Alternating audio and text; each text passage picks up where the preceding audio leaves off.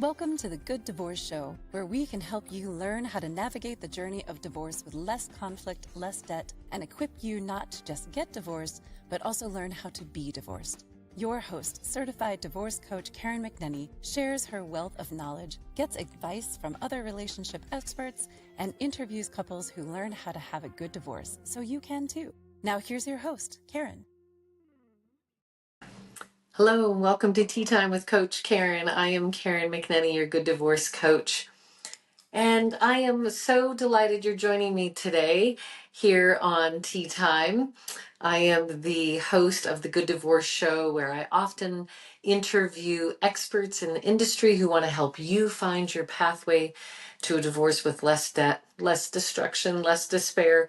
And I also have a collection of guests on the podcast of folks just like you and me, parents of divorce, children of divorce, who are telling their stories and what they've learned so that we can all find our way to a more peaceful transformation of our family. Today, I want to talk about timing. So often folks reach out to me as clients and they say, Karen, we need help in knowing how to talk to our kids. We don't know what to tell our kids. And that's an episode for another day, because I definitely have a number of thoughts about what to tell kids, what not to tell kids. And much of that is based on age and also the situation of the family. But one of the things that we don't talk enough about is timing and when to tell the children. This is what happened. I had a client, we did an intake call, which I always spend an hour free of charge with either parent together or separate, so that we can decide if there's a good fit in working together. And this couple decided, yes, indeed, they wanted to have the good divorce experience and to partner with me. And we got on our very first consult, and the first thing they said was, we need to know how to tell the children that we're getting a divorce. We have to tell the children. And I said, well, you will need to tell the children, but it's actually not the first thing that you need to do, because the kids are going to have a lot of questions that you don't have answers for yet. For instance, where are we going to live? What's going to happen to the family home, right? That's one of the first questions that comes up with kiddos. So the mother in particular was really adamant, like, but the children need to know. We have to tell the children. We can't keep this secret. I said, you've been keeping secrets from your children for a long time. We all have, because discretion is different than deception. We don't want to deceive our children outright, right? That starts to build trust issues that may carry them throughout their life. But we definitely want to be discreet when appropriate. And leaping into a conversation with your kids about divorce before you are prepared, rehearsed, and have thought about the timing is not a good idea. All sorts of damage can be done right off the bat. And remember, how we start is often how we end. So I tapped the brakes for that particular couple. We figured out some real estate things. And then when the time was right, but even that wasn't just cut and dry, because there's time of day, there's time of week, there's what activities are happening right now with our children. What do we need to be aware? Is there a slumber party Saturday night? So we have the big global when to tell the children, which is when you actually have some answers and can share some concrete information with them, along with a lot of, I don't know, we're not sure, we'll figure it out.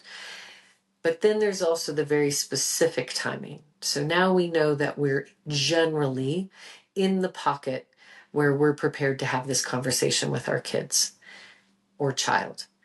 So when do we do that? And these are the things that I encourage couples to take into consideration. So we start with the simple one. Month of year, right? So you might be thinking, well, but if we've already decided and we've got these answers, we should lean into that. Well, if your child is about to graduate, you might not want to tell them the week before graduation. Just saying.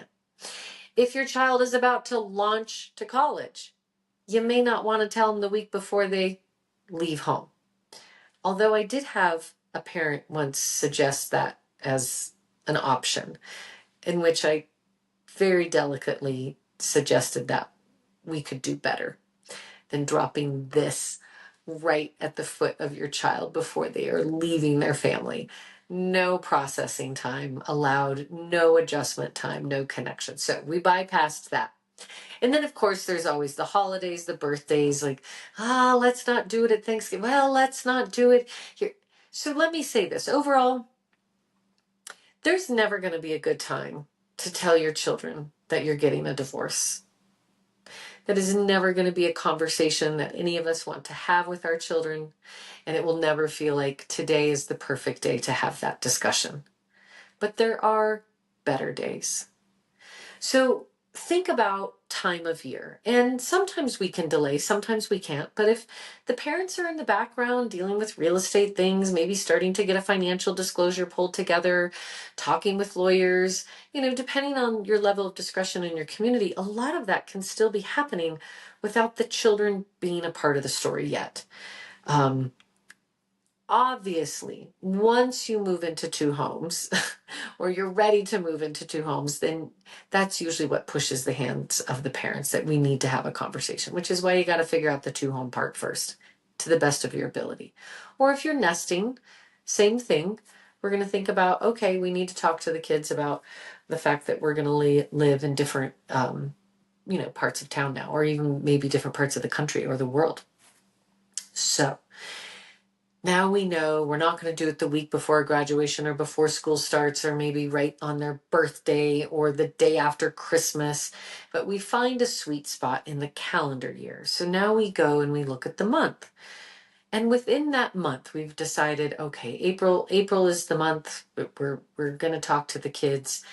And then we consider, are there any big events? Is there a spring break? Do we have family coming into town? Would it be better for the kids to know before family arrives so that they maybe have some processing time with that favorite cousin of theirs or that uncle that they always lean on? Or we don't want this to hijack Aunt Betty's third marriage wedding event, so we're going to hold off until afterwards, until the family reunion is done, right? So have this conversation. I mean, it is stunning to me how often parents don't pause and think about the timing. So, okay, now we're going to avoid Aunt Betty's third wedding. We've figured out this is the time, this is the week where we don't have any soccer tournaments, we don't have any visiting relatives, and this is going to be the right time to talk to the kiddos.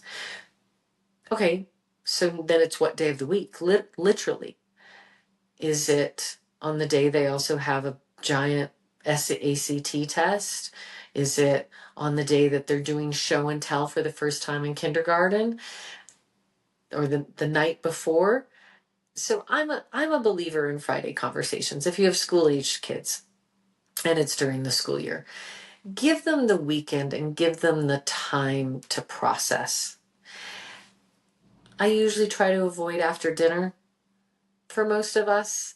Hard conversations late at night typically can spiral downward and then keep us awake and then get attached to sleep patterns. So avoiding anything after dinner, probably a safe bet to find a different time of day. And we have weekend activities. So thinking about, is there going to be a slumber party? Are we hosting? Is our child going somewhere on a slumber party? Do we have company coming over Saturday night? What is our Sunday morning soccer schedule? And then finding the sweet spot within that weekend where, again, the child has time to process.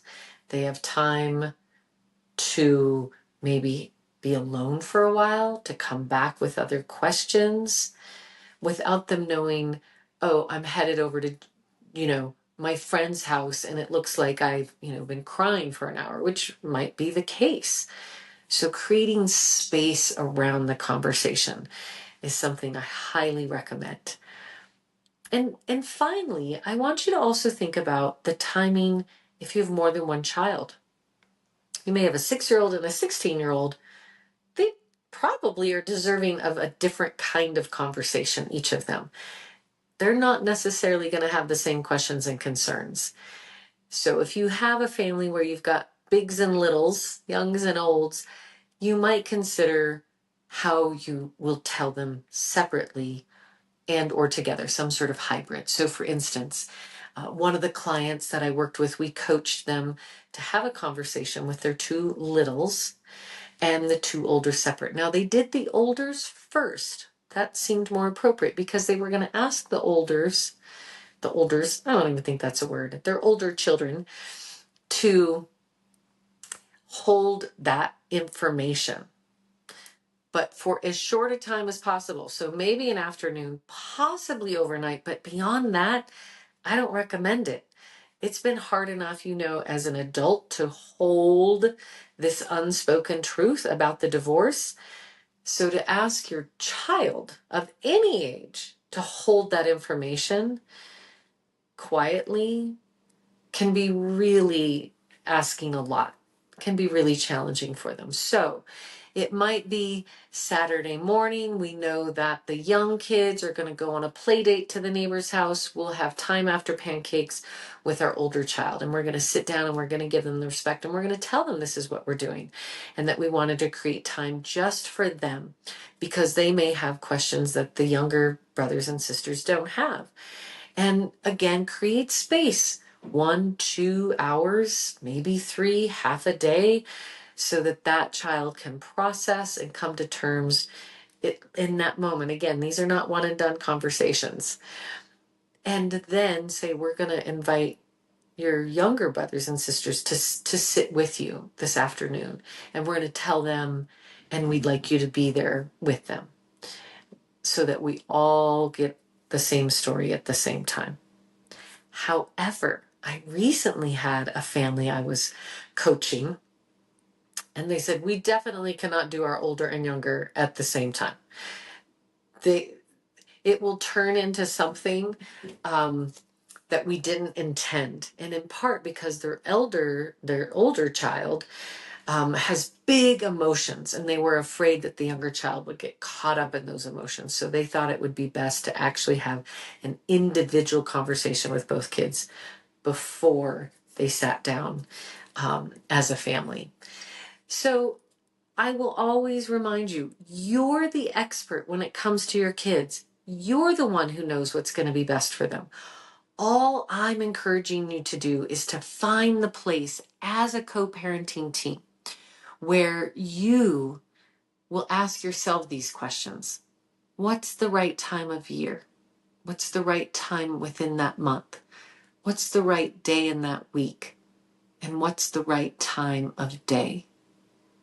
The story of when a parent sits a child down to tell them that their family will forever be changed becomes an indelible mark, a fingerprint on the blueprint of their childhood, a story that will be recalled time and time again, and perhaps even told time and time again, possibly in their own adult therapy. So, to the best of our ability, parents, be conscientious, be intentional about not just what you say to your children about your divorce process, but also when you choose to have that conversation. I'm Karen McNenny, your Good Divorce Coach, host of the Good Divorce Show, and here helping you find your way to a less destructive, more compassionate divorce process. And remember, everything will be okay in the end. And if it's not okay, it's not the end.